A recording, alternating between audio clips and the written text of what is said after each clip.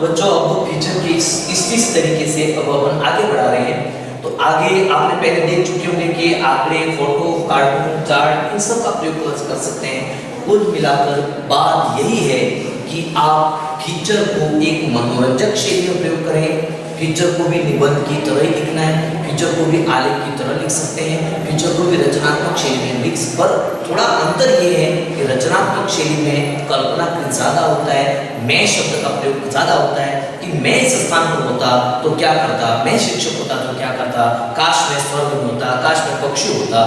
तो ऐसे रचनात्मक शैली में प्रयोग होता है। और आलेख में निबंध का ही पार्ट होता है, निबंध जैसा लिखते हैं वैसा लिखते हैं, लेकिन निबंध ज़्यादा होता है, आलेख छोटा होता है। और फीचर में ये होता है कि हम उसको मनोरंजक शैली में लिखें, कभी कल्पनाकृत वहाँ पर उपयोग किया जा सकता है। ये सब और सचित्र में वर्णन करना है, चित्र बनाना ही बनाना, नहीं तो आपके मार्क्स कट जाएंगे। नेक्स्ट अपन पढ़ रहे हैं इसके प्रकार क्या है। देखो फीचर में समाचार फीचर भी होता है। समाचार फीचर में जैसे कि कोई घटना या किसी प्रकार का समाचार जो है ना, कोई भी किसी भी प्रकार की बात होती है उसके संबंधित आपको अखबार में दिया जाता है, उसको भी फीचर शैली में लिखा जा सकता है।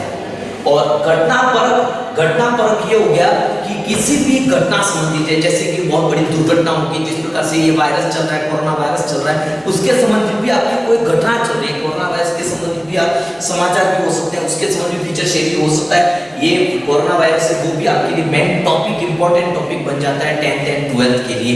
निबंध में और 12th के फीचर, आलेख, जो अपने फीचर हैं, आलेख हैं, इन सब में एक इंपॉर्टेंट टॉपिक बन जाता है। ठीक है, घटना परक है, जो घटना किसी भी घटना के संबंधित आप उसमें लिख सकते हैं।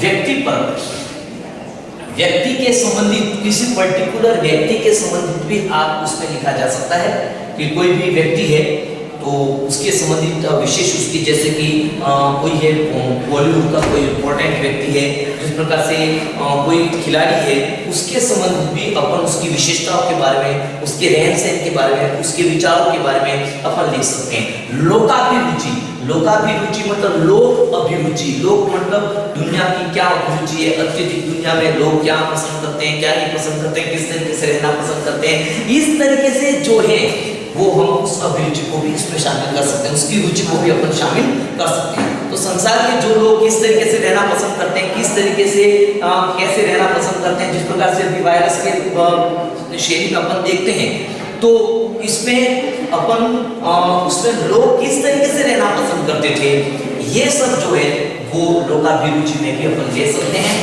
और इसके बाद सांस्कृतिक, बहुत सारे सांस्कृतिक कल्चरल प्रोग्राम जो होते हैं उसके संबंधित भी अपन इस टॉपिक में ले सकते हैं। जिस प्रकार से सांस्कृतिक प्रोग्राम कोई भी आ गए, जिस प्रकार से आपके स्कूलों में होते हैं, जिस प्रकार से गाँव में होते हैं, जिस प्रकार से शहरों में होते हैं, जिस प्रकार से सांस्कृतिक प्रोग्राम कोई उत्सव है, ठीक है, ये सब जो है त्योहार है, ये सब सांस्कृतिक प्रोग्राम में भी अपन ये हम ले सकते हैं उनको कि हमारे इस प्रोग्राम को कैसे सेलिब्रेट किए जाते हैं, इसको कैसे आयोजित किए जाते हैं, इस तरीके से उसमें भी अपन ले सकते हैं। साहित्यिक, किसी साहित्यिक लिटरेचर जो है, साहित्यिक किसी पार्ट को भी आप ले सकते हैं उसमें, जैसे कि आप किसी कवि के बारे में ले सकते हैं, किसी कवि के प्रकरण को आप उसकी पोएट्री को आप ले सकते हैं, उसकी कविता को ले सकते हैं। तो ये सब जो उसकी रचना को आप उसमें क्या कहना चाह रहा है कवि, कवि इसके माध्यम से लोगों को क्या दर्शाना चाह रहा है, वर्तमान को क्या दर्शाना चाह रहा है, कवि ने ऐसा क्यों कहा, उसके संबंधित इसमें लिखे जाते हैं।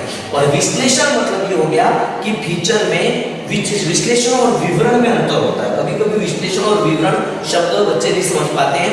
तो विश्लेषण ये हो गया कि किसी टॉपिक संबंधित आप उसका विश्लेषण कर रहे हैं, आप उसकी विशेषता बता रहे हैं, आप उसमें मेजर क्या बात है, मुख्य क्या बात है, ये आप उसमें बता रहे हैं। और विवरण ये हो गया कि किसी भी संबंधित आप लंबा चौड़ा लिखते हैं, वो विवरण हो गया।